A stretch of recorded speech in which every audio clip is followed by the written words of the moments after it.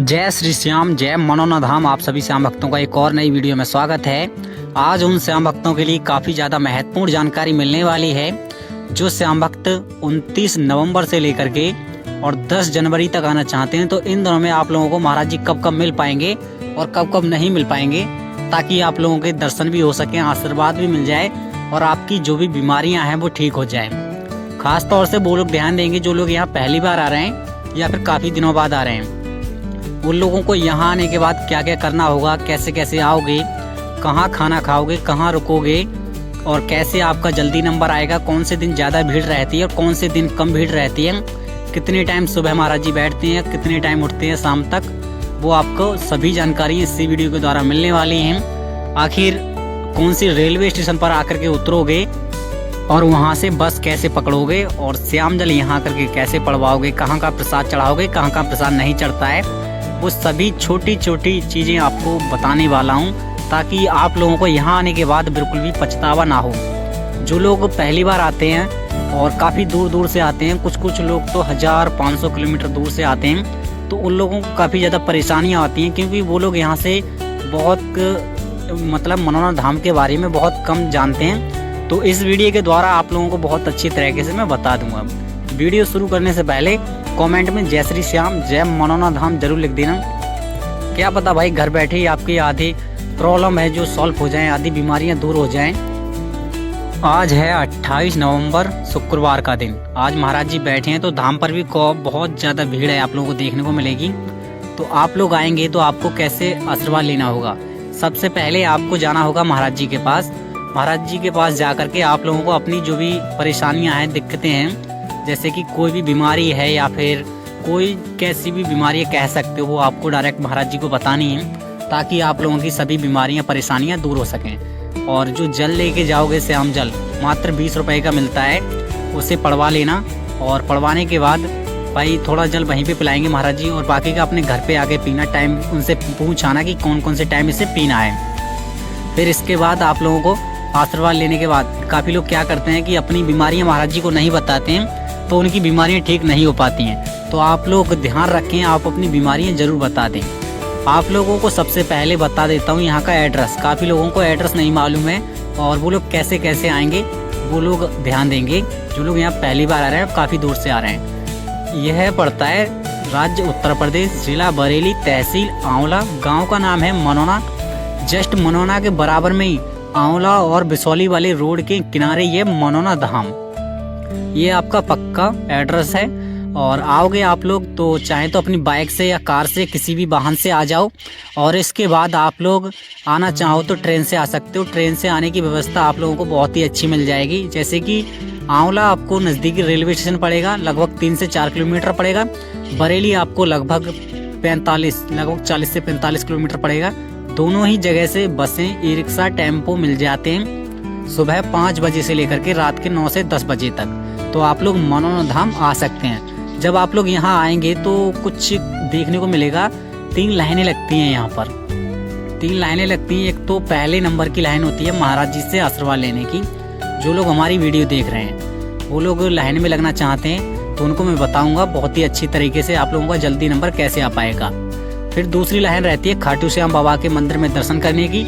और तीसरी लाइन रहती है भाई जो टोकन लेने की। टोकन उन्हीं लोगों को मिलते हैं जो लोग चल नहीं पाते हैं और खड़े नहीं हो पाते हैं। खास तौर से ध्यान देंगे भाई। सबसे पहले आप लोग जब लाइन में लगेंगे तो आपको करना क्या है, आप लोग लाइन में लगें तो श्याम जल की बोतल लेके लाइन में लगें। श्याम जल की बोतल मात्र 20 रुपए की आती है। और जब वो लेके लगोगे लाइन में, अपने कुछ खाने पीने की व्यवस्था भी साथ में कर लेना, ताकि आपको लौट के वापस ना आना पड़े।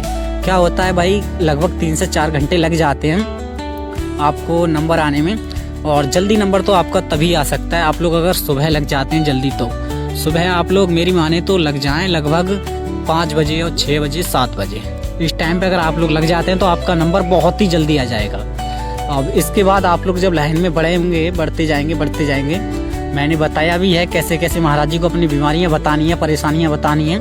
अगर जो भी बीमारियाँ हैं वो खुल के बताओ महाराज जी को, ताकि आप लोगों की सभी दिक्कतें, परेशानियाँ, बीमारियाँ दूर हो सकें। जब आप लोग आएंगे, बाहर निकल के आएंगे, तो भाई काफ़ी लोग चलने में और खड़े होने में असमर्थ होते हैं, मतलब चल नहीं पाते हैं और खड़े नहीं हो पाते हैं। तो उन लोगों को टोकन मिलते हैं। टोकन का प्रक्रिया रहती है, आप लोगों को लाइन में लगना पड़ेगा। टोकन मिलते हैं सुबह 8 बजे से लेकर के दोपहर 12-1-2 बजे तक। तो इस टाइम में अगर आप लोग टोकन ले लेंगे, टोकन की अलग लाइन लगती है, महाराज जी वाली अलग लाइन लगती है, खाटू श्याम बाबा के मंदिर में प्रसाद चढ़ाने की वो अलग लाइन लगती है। आप लोग किसी से भी पूछ लेंगे तो आपको बता देंगे। और ये निःशुल्क टोकन मिलते हैं। टोकन लेने के बाद आप लोगों को मंदिर में एकत्र कर लिया जाता है, एक जगह बिठा लिया जाता है टोकन वाले व्यक्तियों को, और उनका नंबर टोकन वालों का आता है 11 और 12 के बीच में। आपको डायरेक्ट महाराज जी 1 घंटे का टाइम निकाल करके देखते हैं।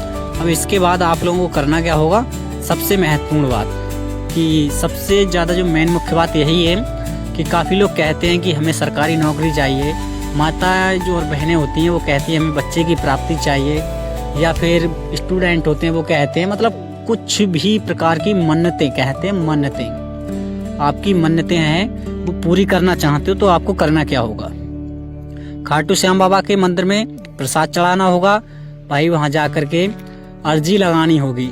सबसे मेन मुख्य रहता है अर्जी लगाना और प्रसाद चढ़ाना। महाराज जी के पास जाकर के आपकी बीमारियां ठीक होती हैं, और खाटू श्याम बाबा के मंदिर में जाकर के आपकी जो भी मन्नतें हैं, परेशानियां हैं, वो भी दूर हो जाती हैं सभी प्रकार की। अर्जी आपकी लगती है 61 रुपए की। आप लोग ध्यान देंगे 61 रुपए आपको रखने होते हैं अर्जी फार्म में।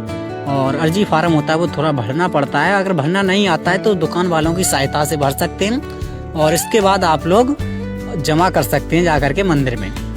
अब इसके बाद आप लोगों को करना क्या है, प्रसाद भी वहीं पे चढ़ता है बड़े मंदिर में। पहले नंबर पे आपका प्रसाद चढ़ेगा, और प्रसाद की प्रक्रिया रहती है, बच्चों को मिलता है प्रसाद 51 रुपए का, और जो बड़े व्यक्ति होते हैं उनको 101 रुपए का प्रसाद मिलता है। दोनों ही जगह से प्रसाद मतलब एक ही दुकान पे से मिल जाएगा। जिन दुकानों पे से आप लोग प्रसाद लेंगे ना, उन्हीं दुकानों पे रुकने की व्यवस्था भी बताऊंगा कैसे कैसे आप लोग रुकेंगे।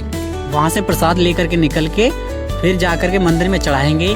और अगर आप चाहते हैं कि दान करना तो दान भी कर सकते हैं, अन्यथा अगर आपकी इच्छा नहीं है दान करने की तो आपकी कोई दिक्कत नहीं है। काफ़ी लोगों को अपने बारे में इंटरेस्ट रहता है कि दान करने का, तो वो लोग दान कर सकते हैं मंदिर के निर्माण के लिए। बाकी की आप लोगों को एक महत्वपूर्ण सूचना बता देता हूँ रुकने की और खाने की। आप लोग अगर रुकना चाहते हैं तो जिन दुकानों से प्रसाद लेंगे उन दुकानों पे फ्री में रुकने की व्यवस्था मिल जाती है। कोई ना तो रुपये जाता है, नहीं तो पैसा जाता है, कुछ नहीं जाता है। केवल आप लोगों को जाता है तो जाता है वो प्रसाद लेते हैं, बस प्रसाद ले लेना और उन दुकानों पे फ्री में रुक सकते हो। फिर इसके बाद आता है खाने का सिस्टम। खाने का भाई जब आप लोग आएंगे काफ़ी दूर से, 1-2 दिन रुकोगे तो खाना भी आपको बेहद ज़रूरी रहता है। तो मैं आप लोगों को बता देता हूँ, लगभग 60 रुपये से लेकर के और 150 रुपये तक का खाना मिलता है। जैसा आप डिमांड करेंगे वैसा, बहुत ही अच्छा खाना, स्वादिष्ट खाना कह सकते हो। बहुत ही सस्ता खाना मिलता है यहाँ पर, और बहुत ही ज़्यादा ही ढाबे हैं यहाँ पर, ढाबे हैं, होटल हैं, और बहुत सारे फास्ट फूड के भी ठेले लगे हुए हैं। तो आप लोग कुछ भी खा सकते हैं यहाँ पर आकर के, आपका कोई ज़्यादा खर्चा नहीं आएगा। अगर टोटल मैं खर्चे की बात करूँ आपके लिए, तो टोटल खर्चा एक व्यक्ति का 24 घंटे रुकेगा यहाँ पर। तो मैं भाई रुकने खाने के सब के लगा के 500-600 रुपये का खर्चा आएगा, इससे ज़्यादा का नहीं आएगा। और कम से कम की बात करो, इससे ज़्यादा का नहीं आएगा। अब इसके बाद मैं एक बात बता देता हूँ, काफ़ी लोग कहते हैं कि यहाँ वाकई बीमारियाँ ठीक होती हैं, तो मैं उन लोगों को बता देता हूँ हाँ वाकई यहाँ बीमारियाँ ठीक होती हैं। क्योंकि अक्सर मैंने देखा है 1 साल के बच्चे से लेकर के 80 साल के बुजुर्ग आते हैं यहाँ पर, और भाई जो चलने लायक नहीं होते हैं वो भी यहाँ चल करके जाते हैं।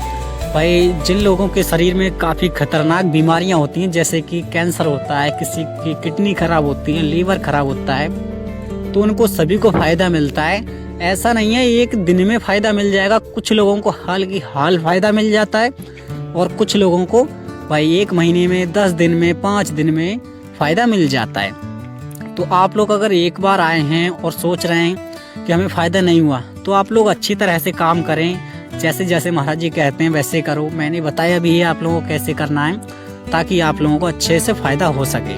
और काफ़ी लोग कहते हैं कि यहाँ आने के लिए हमको क्या क्या करना होगा, कैसे कैसे आएंगे। तो आप लोग आने का सिंपल सा एक तरीका है, आप लोग ट्रेन पकड़ें और आ जाएं। बरेली उतर जाओ, आंवला उतर जाओ, आप